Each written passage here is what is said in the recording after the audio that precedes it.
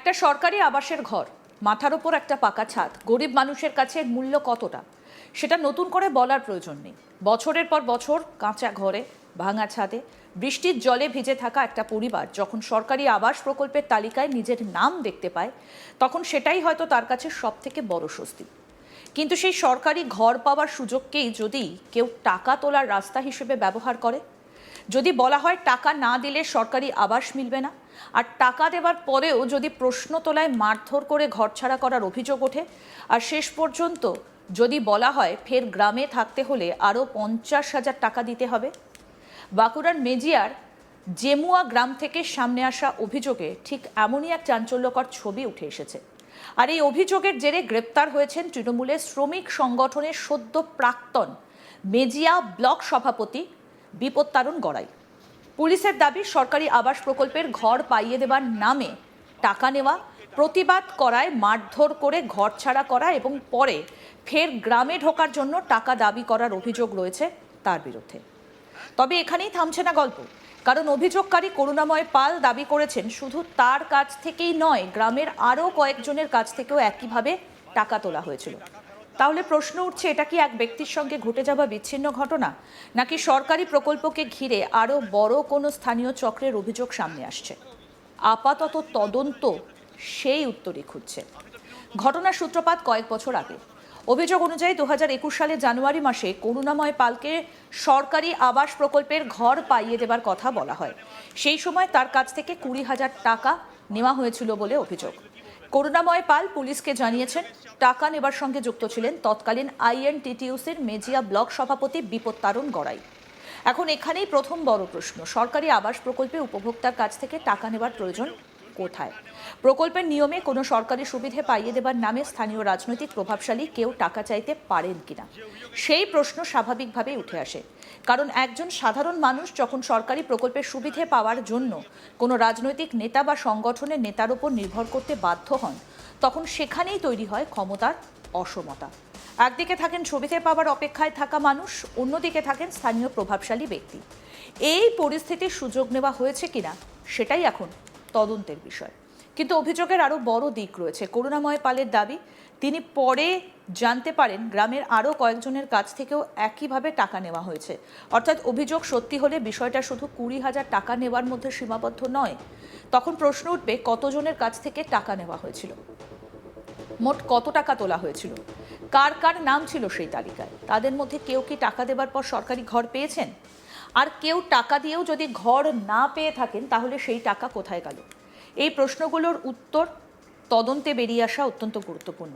কারণ একটা সরকারি প্রকল্পের নাম ব্যবহার করে যদি একাধিক মানুষের কাছ থেকে টাকা নেবার অভিযোগ সত্যি হয়, তাহলে সেটা শুধু ব্যক্তিগত প্রতারণার অভিযোগ নয়, সরকারি সুবিধে পাওয়ার প্রক্রিয়া নিয়ে মানুষের আস্থার প্রশ্নও তৈরি করে।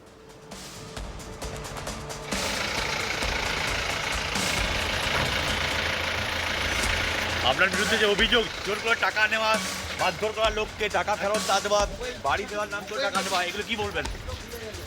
যে অভিযোগ এসছে আপনার নাম করে, কি বলবেন? হ্যাঁ, মিথ্যা অভিযোগ। তাহলে রাজনীতিভাবে ফাঁসানো হয়েছে কি আপনাকে? আপনি তো তৃণমূল কংগ্রেস করছেন, সেই কারণে ফাঁসানো হয়েছে।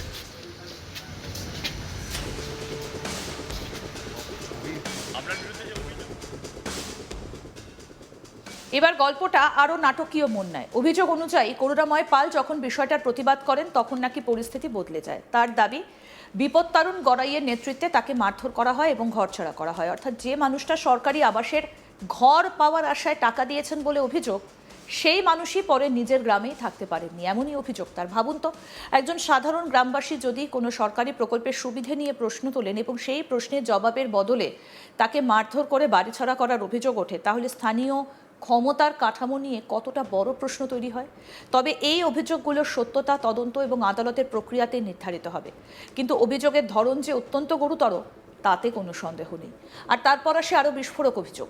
করুণাময় পালের দাবি, ঘরে ফেরার জন্য তাকে আরও 50,000 টাকা দিতে বলা হয়েছিল। অর্থাৎ প্রথমে সরকারি আবাস পাইয়ে দেবার নামে 20,000 টাকা, তারপর প্রতিবাদ করায় ঘর ছাড়া, আর শেষে ফের নিজের গ্রামে থাকার অনুমতি পেতে 50,000 টাকা। এই অভিযোগ যদি তদন্তে সত্যি প্রমাণিত হয়, তাহলে বিষয়টা অত্যন্ত গুরুতর মাত্রা পাবে। কারণ তখন শুধু সরকারি প্রকল্পের নামে টাকা নেবার অভিযোগ নয়, একজন মানুষকে তার নিজের জায়গায় ফিরতে দেবার বিনিময়েও টাকা চাওয়ার অভিযোগ সামনে আসছে। একজন সাধারণ মানুষের কাছে 50,000 টাকা কতটা বড় অঙ্ক সেটা বোঝার জন্য খুব বেশি ব্যাখ্যার প্রয়োজন নেই। বিশেষ করে যে পরিবার সরকারি আবাস প্রকল্পের ঘরের অপেক্ষায় থাকে, তাদের আর্থিক পরিস্থিতি সাধারণত খুব শক্তিশালী নয়। ফলে এই ধরনের অভিযোগে আর্থিক চাপের পাশাপাশি সামাজিক এবং মানসিক চাপের প্রশ্নও সামনে আসে। এখন প্রশ্ন, এতদিন পর কেন অভিযোগ? অভিযোগ অনুযায়ী ঘটনাটা 2021 সালের, তাহলে এত বছর পরে পুলিশে কেন লিখিত অভিযোগ? আমাদের প্রতিনিধি নির্ভীক চৌধুরী কি প্রতিবেদন তুলে ধরেছেন, দেখব। রাজ্যের পালাবদলের পর একের পর এক তৃণমূল নেতা বিভিন্ন অভিযোগে গ্রেপ্তার হচ্ছে।